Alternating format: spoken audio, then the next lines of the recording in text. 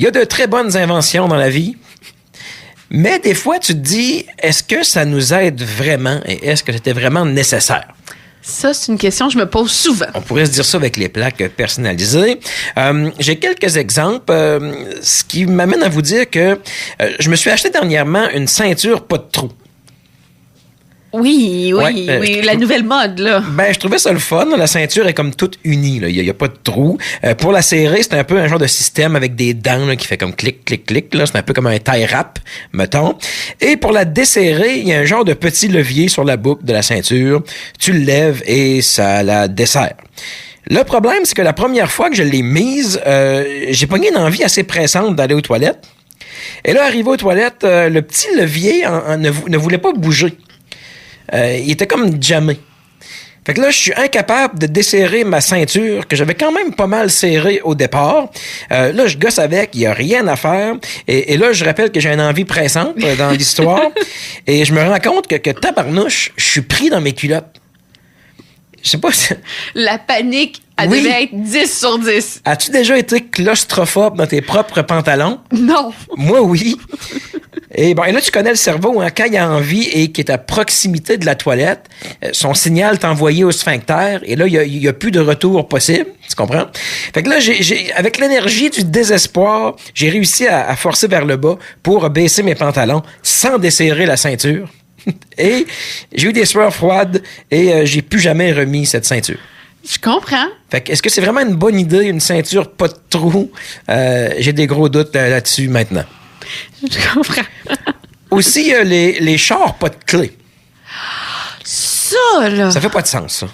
J'adore, mais je déteste. Ah, moi, je déteste tout court. On veut dire, tant qu'à toujours devoir avoir la petite manette pas loin, aussi bien avoir une clé dans le contact. Je suis le seul qui est outré de ça. Ça amène toutes sortes de situations pas le fun. Du genre, l'autre personne, c'est elle qui avait la manette. T'as débarque quelque part. Tu te rends compte 20 minutes plus tard que, rendu au DEP, tu peux plus faire partir le char parce que t'as pas la petite manette. Voyons donc. La vie est assez stressante. Pas besoin de s'en rajouter du stress. Char égale clé, me semble. Pourquoi se dire on va enlever les clés des chars?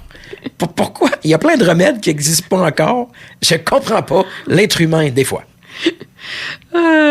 Mais ça me fait rire parce que autant je suis contente de ne pas chercher ma clé, mais quand comme il arrive une situation comme toi, que la personne débarque, je suis comme maudit que j'aurais aimé avoir ma clé dans le contact. Ça aide pas, ces technologies-là. Je pense que ça nous nuit sur le long terme. Les pantoufles avec semelles rigides. Mais ça, je trouve que c'est pas pire. Tu sais, ils vendent ça beaucoup dans les magasins de sport là, depuis quelques années. C'était-tu vraiment nécessaire? Tout le monde a ça partout à cette heure. En plein hiver, pantoufles par-ci, pantoufles par-là, dans la slotch dehors, dans le calcium. On n'aurait pas pu laisser ce mou des pantoufles. Comme ça, c'était clair, c'est pour porter à l'intérieur de la maison et non pas à l'épicerie ou à l'école. Les pantoufles rigides, c'est non. Puis il y a même des pantoufles avec une semelle plus haute pour être sûr que tu puisses aller dans le gadou. Oui, je comprends pas ce... Il y a plein d'autres affaires à faire. Il y a plein de bons livres à lire au lieu de penser à créer des affaires comme ça. Aussi, les mots de passe forts. Ah. Tu sais, avec des symboles, des chiffres, puis 22 lettres, là. Ça vaut-tu vraiment la peine? Parce que l'autre jour, j'étais en train d'attendre au service informatique à ma job et je lisais une affiche qu'ils ont mis sur le babillard. C'était le temps que ça prend à un pirate informatique qui possède un papier d'ordi, là, on s'entend, à pirater ton mot de passe dépendamment de la composition de ton mot de passe. Exemple, un mot de passe simple, pas de chiffres, pas de symboles, 7 à 8 caractères, ça prenait 2 minutes et quart à peu près aux pirates à deviner ton mot de passe. C'est très vite. C'est très vite et c'est très inquiétant.